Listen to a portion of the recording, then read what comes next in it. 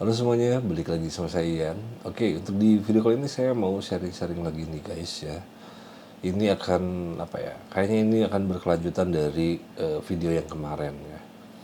Tapi sebelum saya masuk ke pembahasannya, saya mau terima kasih dulu buat respon kalian terhadap video saya yang kemarin. Semoga itu bisa membantu ya, saran atau cara yang saya jelaskan di video tersebut. Semoga kedepannya kalian gak akan lagi kebingungan harus gambar apa gitu. Nah, untuk pembahasan kali ini juga akan terkait dengan proses pengerjaannya. Ini lebih ke proses pengerjaannya ya. Tapi sebelum masuk ada pertanyaan dulu nih dari Apriawan Wahyu ya. Assalamualaikum Kak. Waalaikumsalam. Mau tanya, itu setelah ngeblok gagak jadi hitam, putihnya pakai sistem hapus atau inking putih? Jadi kalau proses inking, saya biasanya menggunakan proses hapus ya guys, nggak menggunakan proses tinta putih gitu ya, atau inking warna putih kayak gitu. Oke, kita masuk ke pembahasannya ya.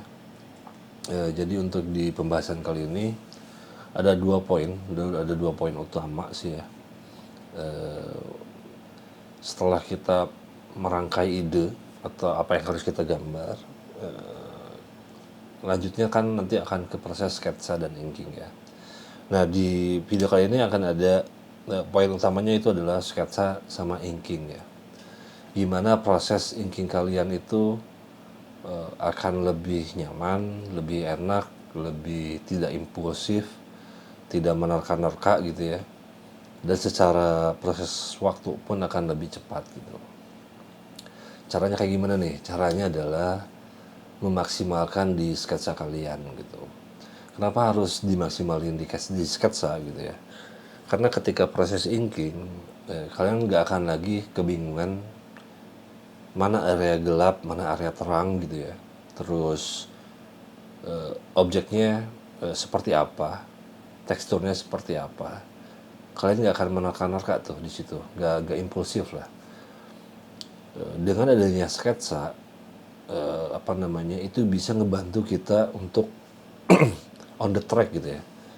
Jadi malahan menurut saya pribadi yang harus dimaksimalin itu adalah ketika proses pembuatan sketsa. Kenapa? Karena ketika kalian membuat proses sketsa, kalian nggak akan terbebani oleh rasa menghapus gitu ya.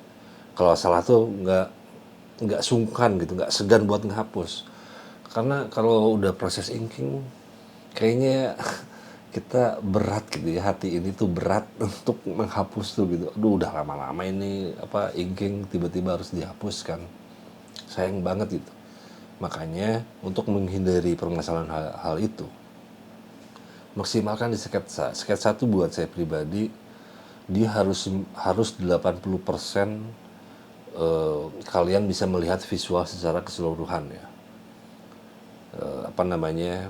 Dan yang saya sering lihat itu biasanya rata-rata di 30-50% lah ya sketsa tuh. Dan kebanyakan lagi yang raw ya, yang masih acak-acak gitu. Bukannya itu nggak boleh ya, dan bukannya nggak bagus juga. Kayaknya itu sangat cocoknya untuk orang-orang yang udah profesional ya. Hal kayak gitu udah nggak ada masalah, kayak sketsanya yang raw gitu. Kenapa? Karena secara pola pikir gitu ya, yang sudah pro itu rata-rata mereka dari sebelum menggambar, mereka sudah tahu hasil akhir karyanya bakalan jadi seperti apa gitu. Dari inkingnya nanti kayak gimana, teksturnya kayak gimana ya, highlight lighting itu kayak gimana, mereka udah tahu tuh. Jadi ketika anggaplah kayak kita ngelihatnya kayak coret-coret gitu ya, tapi di otak mereka tuh mereka udah ngeliat tuh secara big picture-nya gitu ya, si karyanya jadinya bakal kayak gimana gitu. Nah, permasalahannya ketika itu diterapkan ke pemula atau yang baru mulai, mereka masih bingung untuk memproyeksikan apa ya, apa yang dihayalannya, apa yang ada di otaknya itu atau yang diimajinasinya itu divisualkan gitu. Makanya proses sketsa itu adalah proses bantu yang sangat efektif sekali. Harus diusahakan sebisa mungkin kayak nanti arsirnya seperti apa, highlight, shadow, komposisi, itu kalian harus sudah selesai di proses sketsa gitu. Jadi nanti ketika proses inking kalian cuma nge-trace saja, cuma ngikutin apa yang udah kalian bikin di sketsa tadi, termasuk arsir ya. Saya yakin pasti masih banyak yang bingung gitu ya ketika proses inking. Aduh, ini nanti arah arah arsirnya ke kemana nih? Mana nih area yang gelap, yang terangnya ada di mana nih posisinya gitu. Kalau itu kalian terjadi masih ketika proses inking, saya jamin nanti permasalahannya akan muncullah art block. Pusing udah deh, malas nanti aja deh gambarnya gitu. Terus kalau yang masih mempermasalahkan masalah mood, nanti moodnya keganggu lah gitu ya. Nanti ujung-ujungnya adalah scroll lagi media sosial dan terjebak lama di situ ya. Makanya untuk menghindari permasalahan hal itu, kuncinya itu di sketsa sih. Coba deh kalian lihat kayak Aaron Horkey gitu ya. Salah satu artis favorit saya nih, Aaron Horkey. Dia tuh sketsa dan inking itu tuh 1:1 gitu. Saya belajar juga dari situ sih. Maksudnya tuh belajar juga dari dia. Oh, ternyata sketsa tuh akan lebih efektif ketika 80% kita sudah melihat ya hasil jadinya nanti kayak gimana gitu. Jadi ketika udah kelihatan baru kita inking gitu. Jadi ketika proses inking nggak ada lagi tuh kata kita menerawang-nerawang kemana-mana gitu ya, menambahkan objek lain, tiba-tiba ganti posisi, ganti layout, sudah tahu nanti arsirnya kayak gimana gitu. Coba deh kalian perhatiin ya, sesekali ngelihat Aaron Horkey itu bukan hanya karya jadinya ya, tapi ketika dia memperlihatkan sketsanya gitu, itu menurut saya luar biasa gitu. Bisa 1:1 hasilnya tuh mirip gitu. Mungkin itu bisa jadi salah satu informasi yang masalah ini tuh kayaknya tuh tidak terlalu penting gitu ya, ngerti nggak? Ini tuh kayak untuk dibahas penting nggak penting gitu ya, cuma masalah sketsa gitu.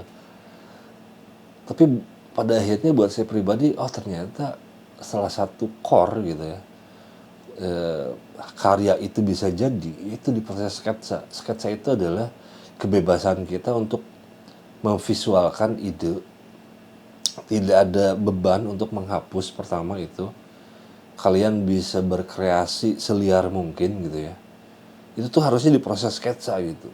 Nah ketika proses inking harusnya sudah beres tuh urusan mengkonsep, urusan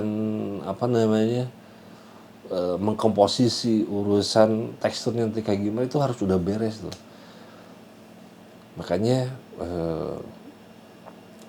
saya bilang ini akan berkaitan dengan pembahasannya kemarin. Kemarin kan kita metode untuk mencari ide ya, karya apa nih yang harus kita gambar hari ini gitu. Nah coba deh kalian terapin sekarang, gimana caranya kalian membuat sketsa itu harus 80% jadi secara keseluruhan. Dan ketika proses inking kalian tidak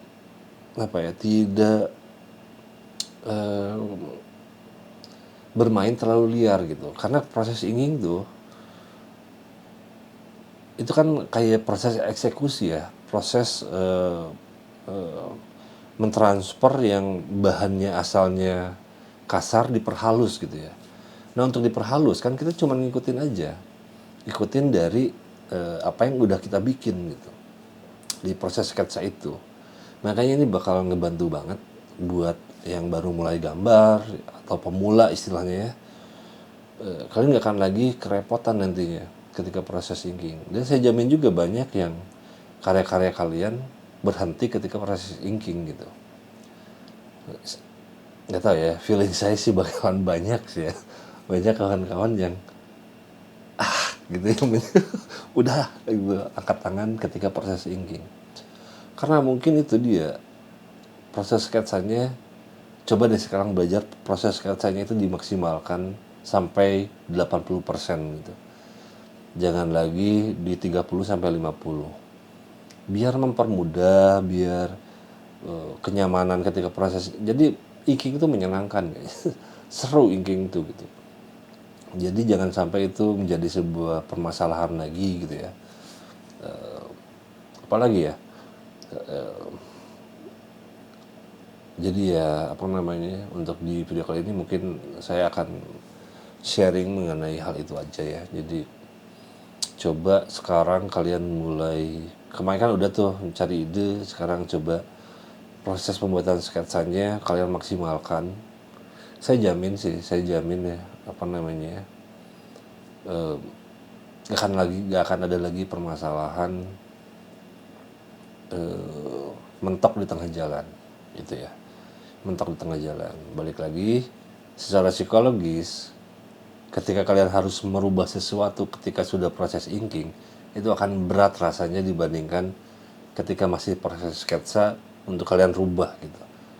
Makanya liarkannya itu di proses sketsa gitu. Jangan kebalik, sketsanya yang penting kelihatan bentuk, liarnya di inking.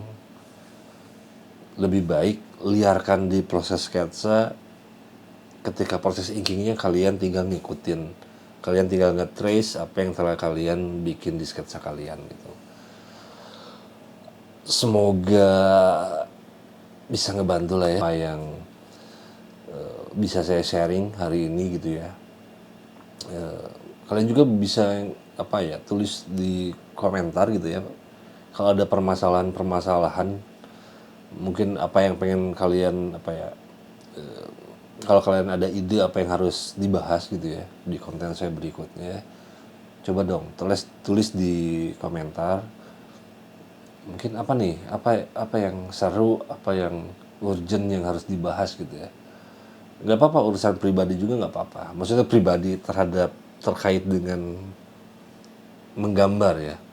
Jangan tiba-tiba jadi curhat gitu. Jangan ya. Jadi ya sekali lagi semoga bisa membantu atau bisa ngasih insight ke kalian semua untuk video saya kali ini. Sekali lagi saya ucapkan terima kasih. Saya cukup ragu juga sih sebetulnya untuk bikin konten, aduh apa namanya, malas gitu ya. Tapi dipikir-pikir emang harus dicoba lah ya. Harus, ini kan istilahnya tahun 2004, pengennya ada spirit baru, spirit ingin sharingnya akan lebih tinggi lagi. Semoga kedepannya akan bisa lebih stabil membuat apa ya, entah itu konten sharing atau konten gambar dan lain-lainnya ya guys. Jadi terima kasih semuanya yang sudah nonton sampai akhir, yang sudah tidak nge-skip iklan. Terima kasih semuanya, saya pamit undur diri. Assalamualaikum warahmatullahi wabarakatuh. Bye bye.